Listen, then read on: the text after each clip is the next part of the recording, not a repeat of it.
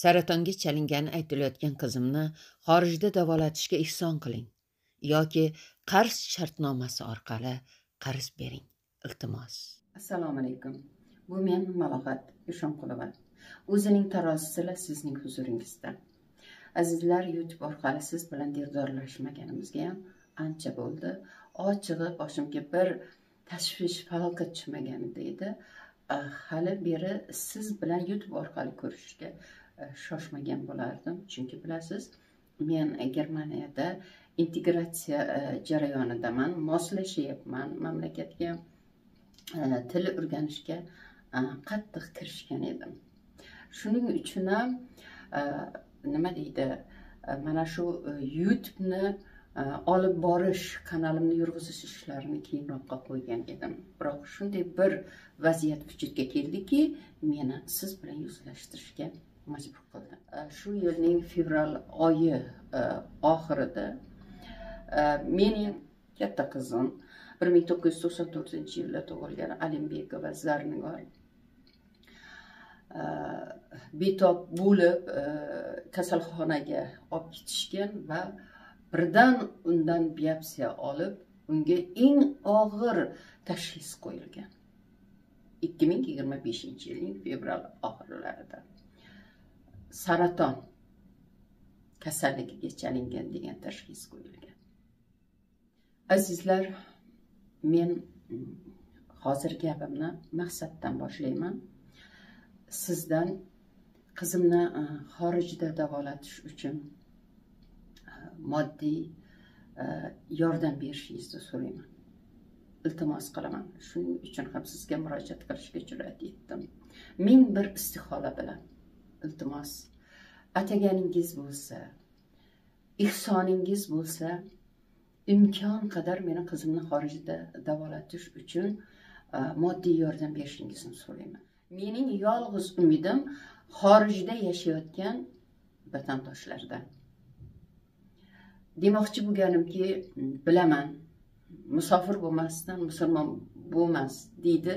Shu xorijda yashab, hali-ku menga Germaniya hukumati tomonidan Allohga behisob shukr barcha sharoitlar yaratib berilgan.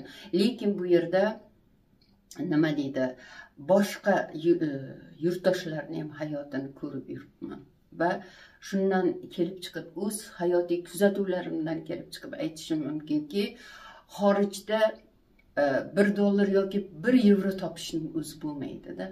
Men oldin ham aytganman. Buning uchun bizning vatandoshlarimiz jonlarini, yoshligini, tilloga topilmas bir martalik berilgan umrini sarflayapti. Aytish mumkin bo'lsa, xazon qilib topyapti-da. Hatto Yevropada ham, hatto Amerikada, Kanadada ham kimgadir ihson qilish yoki bo'lmasam nima deydi, fitr ro'za berish, kimgadir mehr muruvvat ko'rsatish oson ish emas.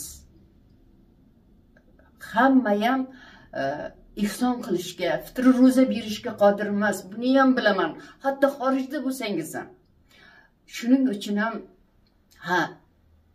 iltimos fitr ro'za bering. Iltimos menga g'ayri ihson qiling. Bolamni davolatay. Meni bu dunyoda boylikka qiziqmadim, pul topishga qiziqmadim. Hech narsam yo'q meni farzandimdan boshqa.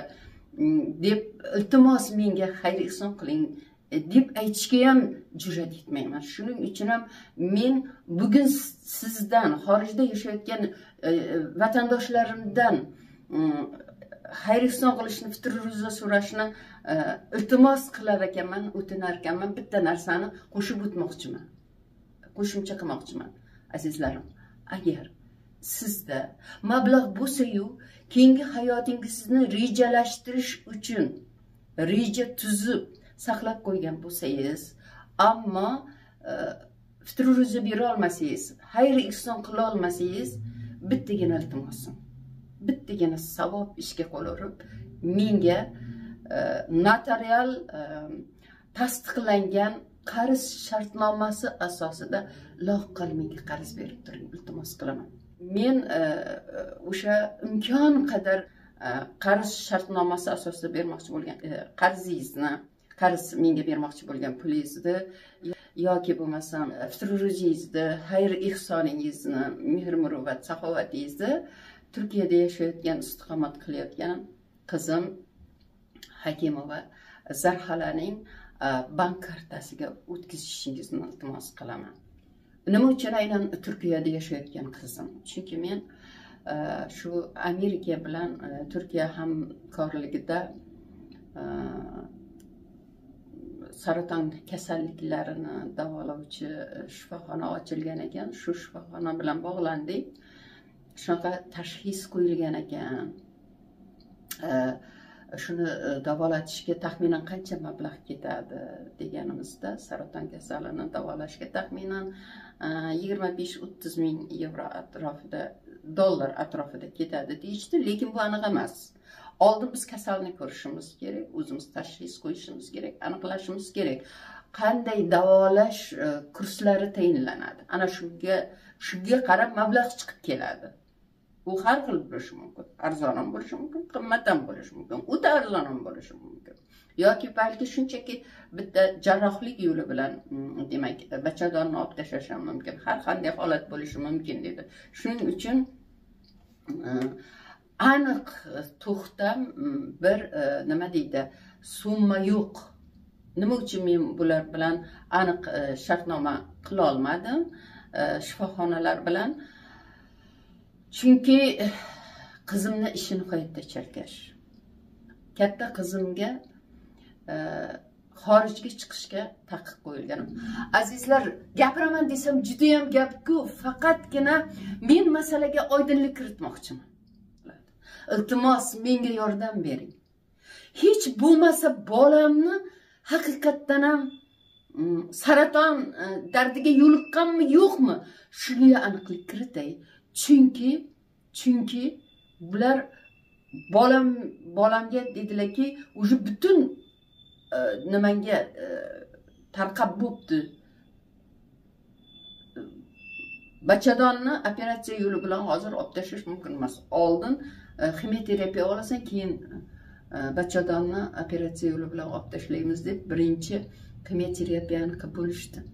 Meni murojaat qiladigan yurtdoshlarimdan boshqa hech kimim yo'q.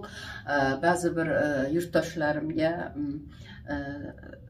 imkoniyati bor yurtdoshlarimga qo'ng'iroq qildim. Ular og'zimiz kuygan, Ishonqulova, biz sizga qarz bermaymiz, lekin imkon qadar qo'limizdan kelguncha moliyaviy yordam beramiz, ehsonimizni qilamiz dedi. Shunisiga